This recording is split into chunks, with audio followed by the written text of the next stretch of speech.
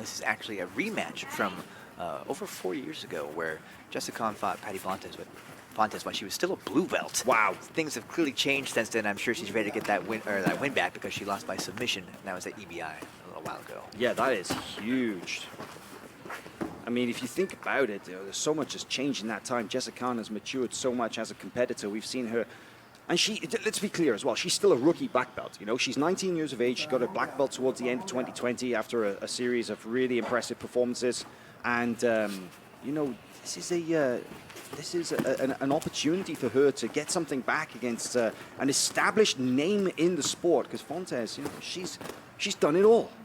Absolutely, and it's interesting to note that it was actually Jessa Khan's black belt debut here at Who's Number One just a few months ago. So back again already, and she had a very dominant performance, like you said.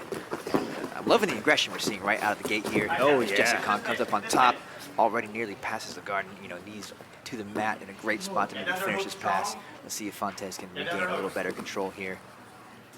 Yeah, that was a not necessarily a technical sweep as such, but hey, it doesn't matter when you get your opponent flat on the mat like this, and you're on top into this aggressive passing position that Khan is able to now go after the positional control and backstep over. But look at this, nice little bit of coyote guard action there from Fontes, trying to come up on the underhook, a kind of a popular position. Heavy crossface from Jessa Khan, yeah, that though. shuts it down. Yes, that does not feel great. A lot of pressure from top. Jessa switches the hips now and is trying to pry open the legs there of Pati, just free her foot and finish the pass.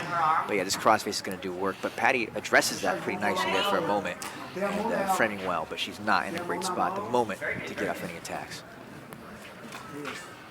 Khan, a representative of the Art of Jiu-Jitsu Academy, the third and final representative that we will see from that team here this evening. And as you mentioned, she made her Who's Number One, her black belt debut here on Who's Number One just a couple of months ago with just an incredible performance against the very tough Danielle Kelly. It goes to show that there's a lot of life in this division. This 115-pound division is deeper than you might anticipate. Yeah, it's really so exciting, and that's why it's going to be featured at our September Who's Number One Championship. It's going to be an amazing event, you guys. If you might have missed it, that announcement, it's coming soon. So just gave that away. Hey, a little teaser for you guys. Spoiler alert. But Jessa Khan straight into the top, and on the possible guillotine. No, she gives it up, uses that chin strap control to step over into this very dominant mount. And this is the kind of mount that, oh my word, with the legs underneath the body and the ankles crossed, extremely difficult to escape. Yeah, this is not a great spot for Pati Fontes. Jessa has a lot of time to work, still over 12 minutes left in this match.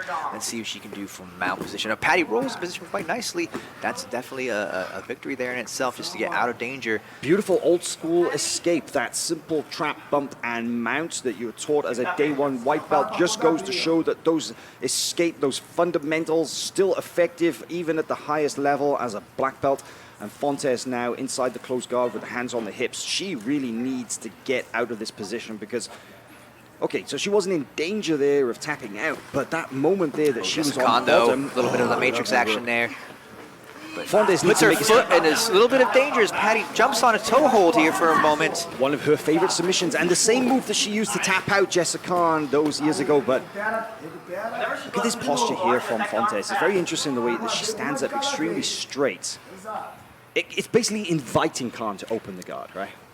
Yeah, Jessa was, you know, looking earlier for that matrix style back take, maybe even a calf crush, but a little bit different option here. She comes up instead, looking to pass again. She had a lot of success early in this match from top.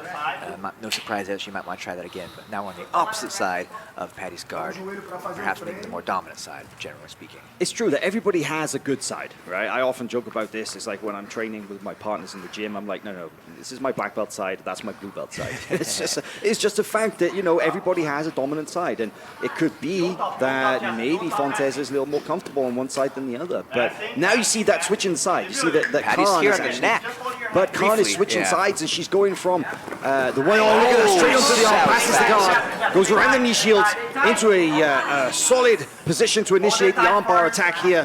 The Fontes using her length and her flexibility to try and escape, but this is dangerous now. This is looking really tough.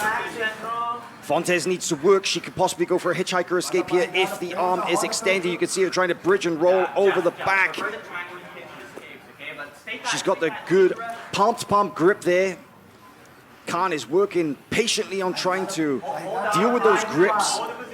You know, this is a very deep submission attack, but right now the elbow is not in danger, but that could change in the blink of an eye. Yeah, Pati has to be very, very cautious here.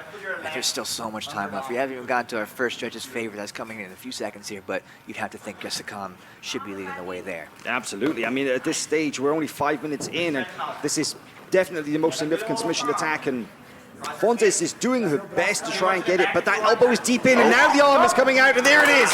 Hips up, armbar, finish for Jessa Khan. Very patient strategy. She managed to pass the knee shield half guard with a quickness, locked onto the arm, and then it was just a matter of time before she able to get that hyperextension of the elbow joint. The winner, Jessa Khan. And your winner, out of the red corner, representing Art of Jiu-Jitsu.